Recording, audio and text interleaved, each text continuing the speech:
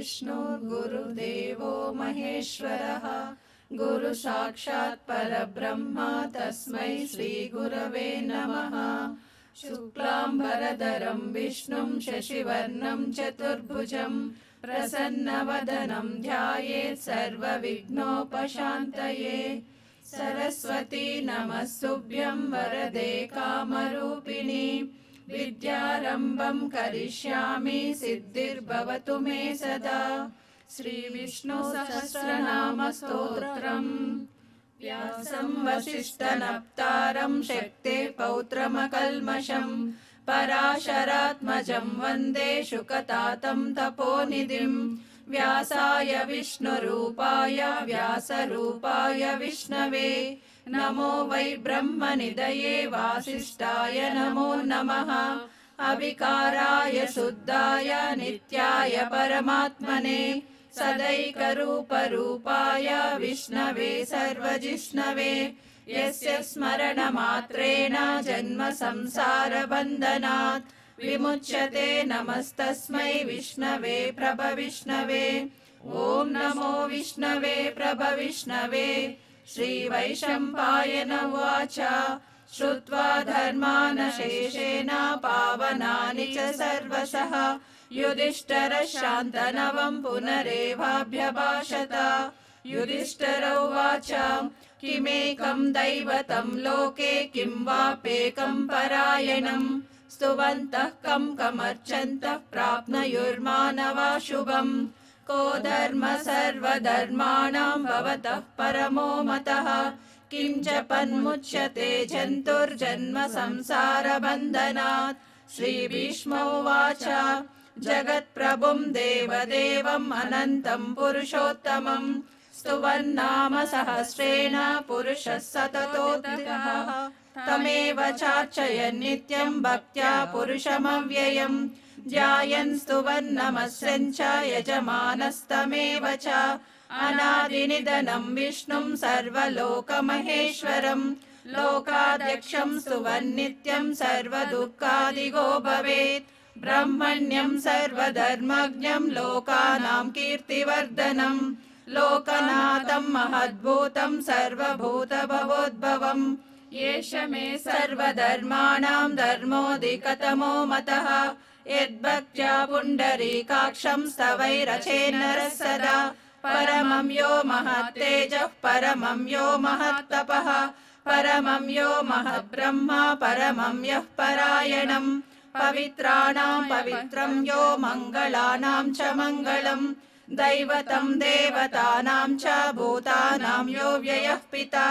यतः सर्वाणि भूतानि भवन्त्यादियुगागमे यस्मिन् च प्रलयं यान्ति पुनरेव युगक्षये तस्य लोकप्रधानस्य जगन्नाथस्य भूपते विष्णोर्नाम सहस्रं मे शृणु पापभयापहम्। यानि नामानि गौणानि विख्यातानि महात्मनः ऋषिभिः परिगीतानि तानि वक्ष्यामि भूतये। ऋषिर्नाम्नां सहस्रस्य वेदव्यासो महामुनिः छन्दोनुष्टप्तदा देवो भगवान् देवकीसुतः। अमृतांशोद्भवो बीजं शक्तिर्देवकीनन्दनः त्रिसामा हृदयं तस्य शान्त्यर्देवि नियुज्यते। विष्णुं जिष्णुं महाविष्णुं प्रभविष्णुं महेश्वरम् अनेकरूपदैत्यान्तं नमामि पुरुषोत्तमम्। अस्य श्रीविष्णोर्दिव्यसहस्रनामस्तोत्रमहामन्त्रस्य श्रीवेदव्यासो भगवान् ऋषिः अनुष्टुप् छन्दः। श्रीमहाविष्णुः परमात्मा श्रीमन्नारायणो देवता अमृतांशोद्भवो भानुरिति बीजम् देवकीनन्दन सृष्टेति शक्तिः उद्भवः शोभनो देव इति परमो मन्त्रः। शङ्खबृन्नन्दकी चक्रीति कीलकम् शार्ङ्गधन्वा गदाधर इत्यस्त्रम् रताङ्गपाणिरक्षोभ्य इति नेत्रम् त्रिसामसामगसामेति कवचम् आनन्दं परब्रह्मेति योनिः ऋतुः सुदर्शन काल इति दिग्बन्धः श्रीविश्वरूप इति ध्यानम् श्रीमहाविष्णुं प्रीत्यर्थे सहस्रनाम जपे विनियोगः। ध्यानम् क्षीरोदन्मत्प्रदेशे सुषिमणिविलसत्सैकते मौक्तिकानाम् माला क्लुप्तासनस्तस्फटिकमणिनिभैर्मौक्तिकैर्मण्डिताङ्गः शुभ्रैरभ्रैरदभ्रैरुपरि विरचितैर्मुक्तपीयूषवर्षैः आनन्दीनः पुनीयादरिनलिनगदाशङ्खपाणिर्मुकुन्दः भूपादौ यस्य नाभिर्वियदसुरनिलश्चन्द्रसूर्यौ च नेत्रे कर्णावाशा शिरोधौर्मुखमपि दहनो यस्य वास्तेयमब्धिः अन्तस्तं यस्य विश्वं सुरनरखगो भोगि गन्धर्वदैत्यैः चित्रं रम्यते तं त्रिभुवनवपुषं विष्णुमीशं नमामि। ॐ नमो भगवते वासुदेवाय। शान्ताकारं भुजगशयनं पद्मनाभं सुरेशं विश्वाधारं गगनसदृशं मेघवर्णं शुभांगं लक्ष्मीकान्तं कमलनयनं योगिहृद्यानगम्यं वन्दे विष्णुं भवभयहरं सर्वलोकैकनाथं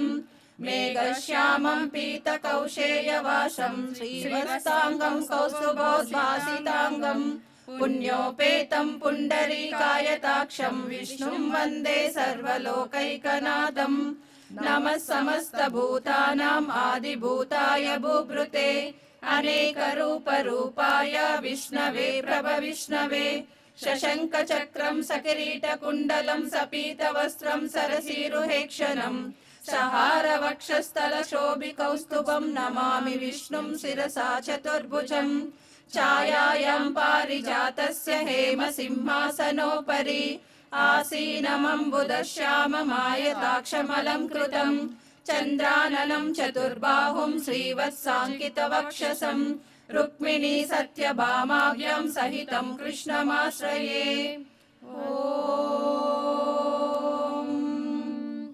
विश्वं विष्णुर्वषत्कारो भूतभव्यभवत्प्रभुः भूतकृद्भूतभृद्भावो भूतात्मा भूतभावनः भूतात्मा परमात्मा च मुक्तानां परमागतिः अव्ययः पुरुषः साक्षी क्षेत्रज्ञोऽक्षर एव च योगो योगविदां नेता प्रधानः पुरुषेश्वरः नारसिंहवपुः श्रीमान् केशवः पुरुषोत्तमः सर्वः सर्वशिवस्तानुर्भूतादिर्निधिरव्ययः शम्भवो भावनो भर्ता प्रभवः प्रभुरीश्वरः स्वयंभू शम्भुरादित्यः पुष्कराक्षो महाश्वनः अनादिनिधनो धाता विधाता धातुरुत्तमः अप्रमेयो ऋषिकेशः पद्मनाभो मनरप्रभुः विश्वकर्मा मनुस्पष्टः स्तविष्टस्तविरो ध्रुवः अग्राह्य शाश्वतः कृष्णो लोहिताक्ष प्रतर्दनः प्रभूत श्रीकबुद्धाम पवित्रं मङ्गलं परम् ईशानः प्राणदो प्राणो ज्येष्ठः श्रेष्ठः प्रजापतिः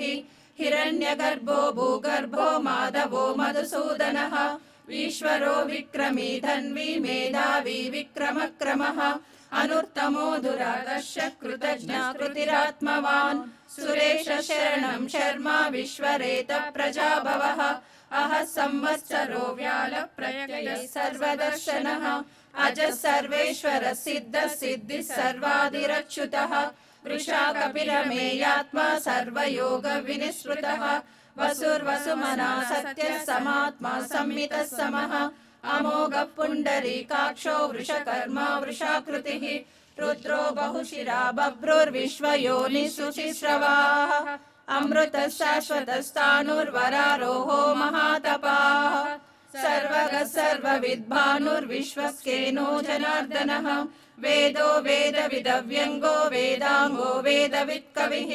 लोकादक्षो सुरादक्षो धर्मादक्षः कृताकृतः चतुरात्मा चतुर्व्यूहश्चतुर्दंश्रश्चतुर्भुजः भ्राजिष्णुर्भोजनं भोक्ता सहिष्णुर्जगदादिजः अनगो विजयो जेता विश्वयोनिः पुनर्वसुः उपेन्द्रो वामनः प्रांशुरमोघः शुचिरोर्जितः अतीन्द्रः सङ्ग्रहः सर्गो धृतात्मा नियमो यमः वेद्यो वैद्यः सदा योगी वीरः माधवो मधुः अतीन्द्रियो महामायो महोत्साहो महाबलः महाबुद्धिर्महावीर्यो महाशक्तिर्महाद्युतिः अनिर्देशवपुः श्रीमान् अमेयात्मा महादृदृक् महेश्वासो महीभर्ता श्रीनिवासः सतां गतिः अनिरुद्धः सुरानन्दो गोविन्दो गोविदां पतिः मरीचिर्दमनोहंसः सुपर्णो भुजगोत्तमः हिरण्यनाभः सुतपा पद्मनाभः प्रजापतिः अमृत्युः सर्वदृक्सिंहः सन्दाता सन्धिमान् स्थिरः अजो दुर्मर्शनः शास्ता विश्रुतात्मा सुरारिः गुरुर्गुरुतमो धाम सत्यः सत्यपराक्रमः निमिषो निमिषश्रग्रीवाचस्पतिरुदारधीः अग्रनिर्ग्रामणि श्रीमान् न्यायो नेता समीरणः सहस्रमूर्धा विश्वात्मा सहस्राक्षः सहस्रपात् आवर्तनो निवृतात्मा संवृतः सम्प्रमर्दनः अहः संवर्तको वह्निरनिलो धरणीधरः सुप्रसादः प्रसन्नात्मा विश्वदृग्विश्वभुग्विभुः सत्कर्ता सत्कृतः साधु जह्नुर्नारायणो नरः असंख्येयो प्रमेयात्मा विशिष्टः शिष्टकृच्छुचिः सिद्धार्थः सिद्धसंकल्पः सिद्धिदः सिद्धिसाधनः वृषा हि वृषभो विष्णुर्वृषपर्वा वृषोदरः वर्धनो वर्धमानश्च विविक्तश्रुतिसागरः सुभुजो दुर्धरो वाग्मी महेन्द्रो वसुधो वसुः नैकरूपो बृहद्रूपः शिपिविष्टप्रकाशनः ओजस्तेजो द्युतिधरः प्रकाशात्मा प्रतापनः रुद्रस्पष्टाक्षरो मन्त्रः चन्द्रांशुर्भास्करद्युतिः अमृतांशुद्भवो भानुः शशबिन्दुः सुरेश्वरः औषधं जगतः सेतुः सत्यधर्मपराक्रमः भूतभव्यभवन्नादः पवनः पावनो नलः कामः कामकृत्कान्तः कामः कामप्रदः प्रभुः युगादिकृद्युगावर्तो नैकमायो महाशनः अदृश्यो व्यक्तरूपश्च सहस्रजितनन्दजित् इष्टो विशिष्टशिष्टेष्टः शिखण्डी नहुषो वृषः क्रोधः क्रोधकृत्कर्ता विश्वबाहुर्महीधरः अच्युतः प्रतिदः प्राणः प्राणदो वासवानुजः अपां निधिरधिष्ठानं प्रमत्तः प्रतिष्ठितः स्कन्दः स्कन्दधरो दुर्यो वरदो वायुवाहनः वासुदेवो बृहद्भानुरादिदेवः पुरन्दरः अशोकस्तारनस्तारः शूरः शौरिर्जनेश्वरः अनुकूलः शतावर्ता पद्मे पद्मनिवेक्षणः पद्मनाभो रवीन्द्राक्ष पद्मगर्भः शरीरभृत् महर्दिरुद्धो वृद्धात्मा महाक्षो गरुडध्वजः अतुलः शरभो भीमः समयज्ञो हविर्हरिः सर्वलक्षणलक्षण्यो लक्ष्मीवान् समितञ्जयः विक्षरो रोहितो मार्गो हेतुर्दामोदरः सहः महीधरो महाभागो वेगवानमिताशनः उद्भवक्षोभनो देव श्रीगर्भः परमेश्वरः करणं कारणं कर्ता विकर्ता गहनो गुहः व्यवसायो व्यवस्थानः संस्थानस्थानदो ध्रुवः परर्दि परमस्पष्टस्तुष्टपुष्टशुभेक्षणः रामो विरामो विरजो मार्गो नेयो नयो नयः वीरः शक्तिमतां श्रेष्ठो धर्मो धर्मविदुत्तमः वैकुण्ठः पुरुषः प्राणः प्राणदः प्रणवपृदुः हिरण्यगर्भो शत्रुघ्नो व्याप्तो वायुरथोक्षजः ऋतुः सुदर्शनः कालः परमेष्टि परिग्रहः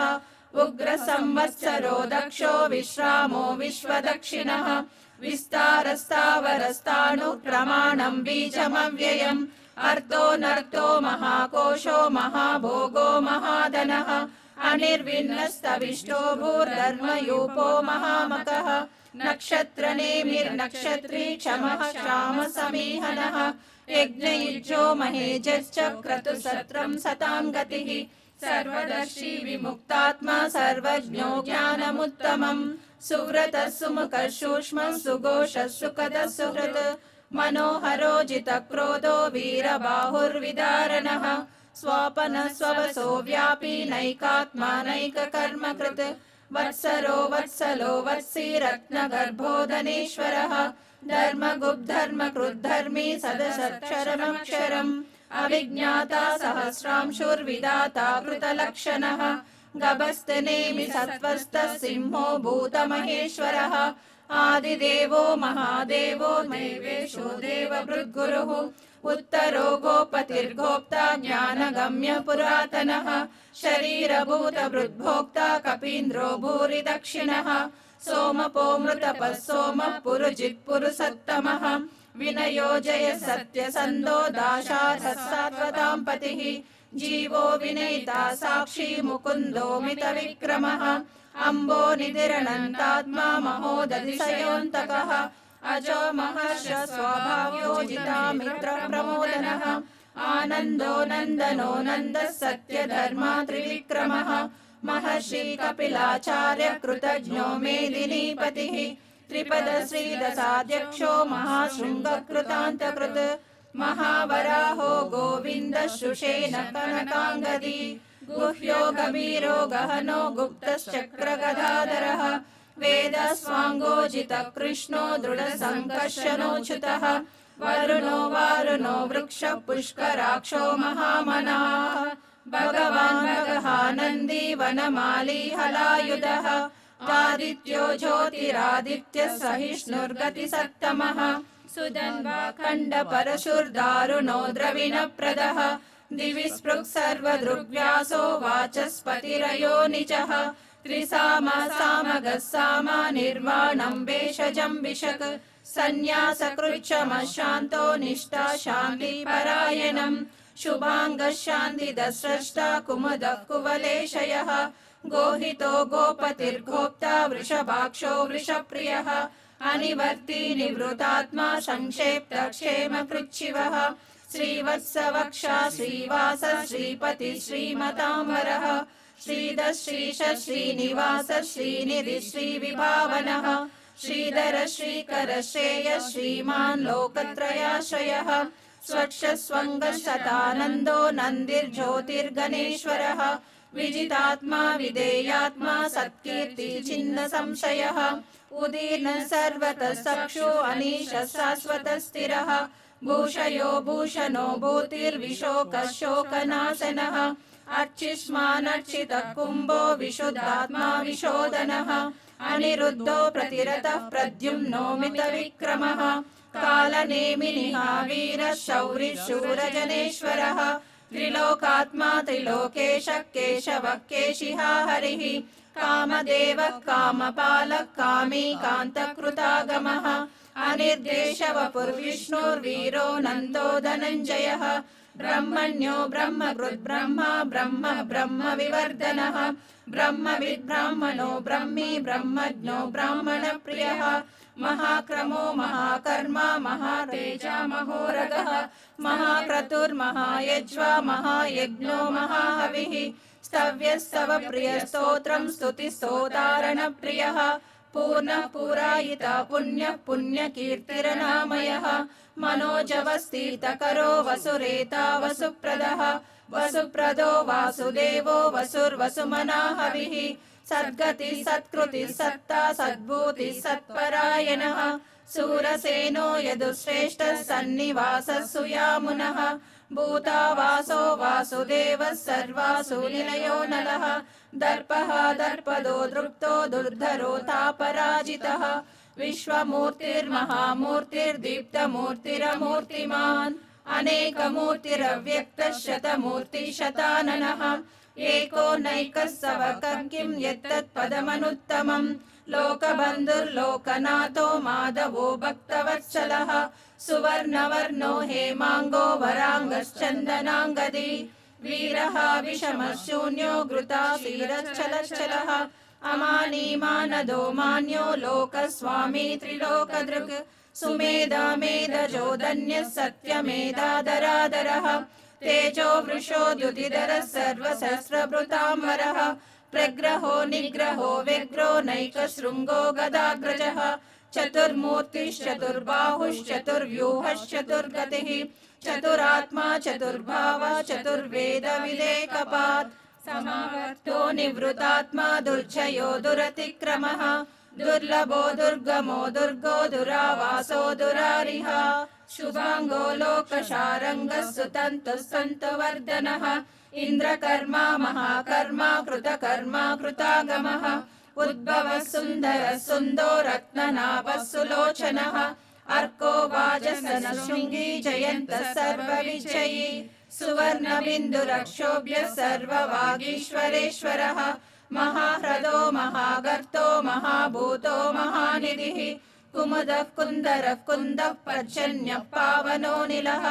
अमृताशोऽमृतमपु सर्वज्ञः सर्वतोमुखः सुलभः सुरतः सिद्धः शत्रुजित् शत्रुतापनः न्यग्रोदोदुम्बरो श्वत्तश्चाणूरान्ध्रनिषूदनः सहस्राक्षिः सप्तजीवा सप्तैदा सप्तवाहनः अमूर्तिरनगोचिन्त्यो भयकृद्भयनाशनः अनुर्बृहत्कृशस्थूलो गुणभृन्निर्गुणो महान् अधृतस्वधृतस्वास्य प्राग्वंशो वंशवर्धनः भारभृत्कथितो योगी योगीशः सर्वकामदः आश्रमश्रमणः क्षामः सुपर्णो वायुवाहनः धनुर्धरो धनुर्वेदो दण्डो दमयिता दमः अपराजितः सर्वसहो नियन्ता नियमो यमः सत्त्ववान् सात्विकः सत्य सत्यधर्मपरायणः अभिप्राय प्रियार्होर्हः प्रियकृत्प्रीतिवर्धनः विहाय सगतिर्ज्योतिः सुरुचिरितबुभुः रविर्विरोचनः सूर्यः सविता रविलोचनः अनन्तो हुतबुद्भोक्ता सुखदो नैकजोऽग्रजः अनिर्विण्णः सदा मर्षि लोकाधिष्ठानमद्भुतः सनातनमनः कपिलः कपिलव्ययः स्वस्तिदा स्वस्तिकृत् स्वस्ति स्वस्ति भुक् स्वस्ति दक्षिणः आरौद्रकुण्डली चक्री विक्रमूर्जित शासनः शब्दादिगः शब्दसः शिशिरः सर्वरीकरः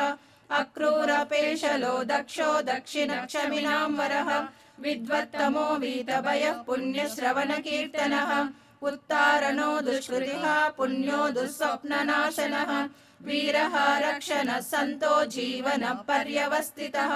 अनन्तरूपोऽनन्तश्रीर्जितमन्युर्भयापहः चतुरस्रो गभीरात्मा विदिशो व्यादिशो दिशः अनादिर्भुर्भुवो लक्ष्मी सुवीरो रुचिराङ्गदः जननो जनजन्मादिर्भीमो भीमपराक्रमः आधारनिलयो दाता पुष्पहास प्रजागरः ऊर्ध्वगः सत्त्वताचारः प्राणदः प्रणवप्पनः प्रमाणं प्राणनिलयः प्राणभृत् प्राणजीवनः तत्त्वं तत्त्वविदेकात्मा जन्म मृत्युजरातिगः भूर्भुवस्वष्टरुस्तारः सविता प्रपितामहः यज्ञो यज्ञपतिर्यज्वा यज्ञाङ्गो यज्ञवाहनः यज्ञभृद्यज्ञकृद्यज्ञी यज्ञभुग्यज्ञसाधनः यज्ञान्तकृद्यज्ञगुह्यमन्नमन्नाद एव च आत्मयोनिः स्वयं जातो वैकानः सामगायनः देवकीनन्दनः स्रष्टा क्षितीशः पापनाशनः शङ्खबृन्नन्दकी चक्री शार्गधन्वा गदाधरः रताङ्गपाणिरक्षोभ्यः सर्वप्रहरणायुधः श्री सर्वप्रहरणायुध ॐ नम इति वनमाली गदीशाङ्गी शङ्की चक्री च नन्दकी श्रीमान्नारायणो विष्णुर्वासुदेवोऽभिरक्षतु वनमाली गदीशाङ्गी शङ्की चक्री च नन्दकी श्रीमान्नारायणो विष्णुर्वासुदेवोऽभिरक्षतु वनमाली गदीशाङ्गी शङ्की चक्री च नन्दकी श्रीमान्नारायणो विष्णुर्वासुदेवोऽभिरक्षतु श्रीवासुदेवोऽभिरक्षतु ॐ नम इति तं कीर्तनीयस्य केशवस्य महात्मनः नाम्नां सहस्रं दिव्यानामशेषेण प्रकीर्तितं या इदं शृणुया नित्यं यश्चापि परिकीर्तयेत् नाशुभं प्राप्नुयात् किञ्चित् सोमुत्रेह च मानवः वेदान्तगो ब्राह्मणः स्यात् क्षत्रियो विजयी भवेत् वैश्यो धन समृद्धः स्यात् शूद्र सुखमवाप्नुयात् धर्मार्थी प्राप्नुयात् धर्मम् अर्थार्थी चार्थमाप्नुयात् कामानवाप्नुयात् कामी प्रजार्थी प्राप्नुयात् प्रजाम् भक्तिमान्यः सदोत्थाय शुचि सद्गतमानसः सहस्रं वासुदेवस्य नाम्नाम् एतत् प्रकीर्तयेत् यश प्राप्नोति विपुलं याति प्राधान्यमेव च अचलां श्रियमाप्नोति श्रेयं प्राप्नोत्यनुत्तमम् न भयं क्वचिदाप्नोति वीर्यं तेजश्च विन्दति भवत्यरोगो दुतिमान् बलरूपगुणान्वितः रोगार्तो मुच्यते रोगात् बद्धो मुच्येत बन्धनात् भयान्मुच्येत भीतस्तु मुच्येतापन्न आपदः दुर्गाण्यातितरत्यासु पुरुषः पुरुषोत्तमम् सुवन्नाम सहस्रेण नित्यं भक्तिसमन्वितः वासुदेवाश्रयो मर्त्यो वासुदेवपरायणः सर्वपापविशुद्धात्मा याति ब्रह्म सनातनम् न वासुदेव भक्तानाम् अशुभं विद्यते क्वचित् जन्म मृत्यु जरा व्याधि भयं नैवोपजायते इमं स्तवमदीयानः श्रद्धा भक्ति समन्वितः युज्येतात्मा सुखशान्ति श्रीधृति स्मृति कीर्तिभिः न क्रोधो न च मात्सर्यं न लोभो नाशुभा मतिः भवन्ति कृतपुण्यानां भक्तानां पुरुषोत्तमे द्यौश्च चन्द्रार्कनक्षत्राकं दिशो भूर्महो दधिः वासुदेवस्य वीर्येण विद्रुतानि महात्मनः ससुरासुरगन्धर्वं सयक्षोरगराक्षसं जगद्वशे वर्ततेदं कृष्णस्य सचराचरम् इन्द्रियाणि मनो बुद्धिः सत्त्वं तेजो बलं धृतिः वासुदेवात्मकान्याहुः क्षेत्रं क्षेत्रज्ञ एव च सर्वागमानमाचारः प्रथमं परिकल्पते आचारप्रभवो धर्मो धर्मस्य प्रभुरच्युतः ऋषयः पितरो देवा महाभूतानि धातवः जङ्गमाजङ्गमं चेदं जगन्नारायणोद्भवम् योगो ज्ञानं तथा साङ्ख्यं विद्या शिल्पादिकर्म च वेदशास्त्राणि विज्ञानमेतत् सर्वं जनार्दनात् एको विष्णुर्महद्भूतं पृथग्भूतान्यनेकशः त्रिलोकान्यव्याप्य भूतात्मा भून्द्वे विश्वभुगवयः इमं स्तवं भगवतो विष्णुर्व्यासेन कीर्तितम् पठेद्य चेत् पुरुषश्रेयं प्राप्तुं सुखानि च विश्वेश्वरमजं देवं जगतः प्रभमव्ययम् भजन्ति ये पुष्कराक्षं न ते यान्ति पराभवम् न ते यान्ति पराभवम् ॐ नमः इति अर्जुन उवाच पद्मपत्र विशालाक्ष पद्मनाभसुरोत्तम भक्तानामनुरक्तानां त्राता भव जनार्दन श्रीभगवानुवाच यो मां नाम सहस्रेण स्तोतुमिच्छति पाण्डव सोऽहमेकेन श्लोकेन सुत एव न संशयः सुत एव न संशय ॐ नमः इति व्यास उवाच वासनाद् वासुदेवस्य वासितं भुवनत्रयम् सर्वभूतनिवासोऽसि वासुदेव नमोऽस्तु ते श्रीवासुदेव नमोऽस्तु ते ॐ नमः इति पार्वत्युवाच केनोपायेन लघुना विष्णोर्नाम सहस्रकम् पठ्यते पण्डितैर्नित्यं श्रोतुमिच्छाम्यहं प्रभो ईश्वरोवाच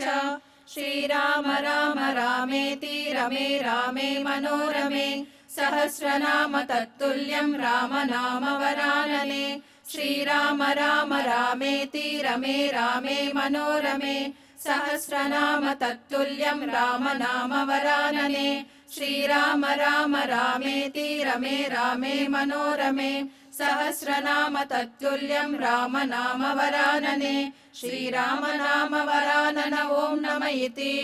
अर्जुनोवाच नमोऽस्त्वनन्ताय सहस्रमूर्तये सहस्रपादाक्षि शिरोरुबाहवे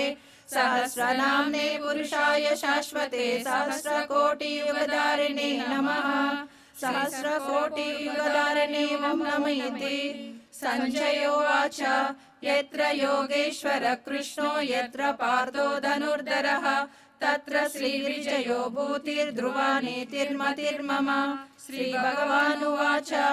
अनन्या चिन्तयन्तो मां ये जना पर्युपासते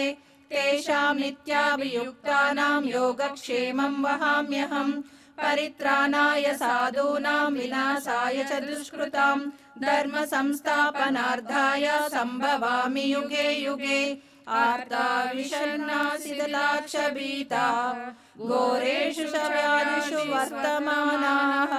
సంకీర్త్య నారాయణ శబ్దమాత్రం విముక్తదుఃఖా సుఖినో భవంతు. కాయేన వాచా మనసేంద్రియైర్వా బుద్ధ్యాత్మనా వా ప్రకృతే స్వభావాత్ కరోమి యద్యత్ సకలం పరస్మై నారాయణాయేతి సమర్పయామి. యదక్షర పదభ్రష్టం మాత్రాహీనం తు యద్భవేత్ తత్సర్వం క్షమ్యతాం దేవా నారాయణ నమోస్తుతే. విసర్గ బిందు మాత్రాని పదపాదాక్షరాణి చ న్యూనాని చాతిరిక్తాని క్షమస్వ పురుషోత్తమ. శ్రీవాసుదేవార్పణమస్తు.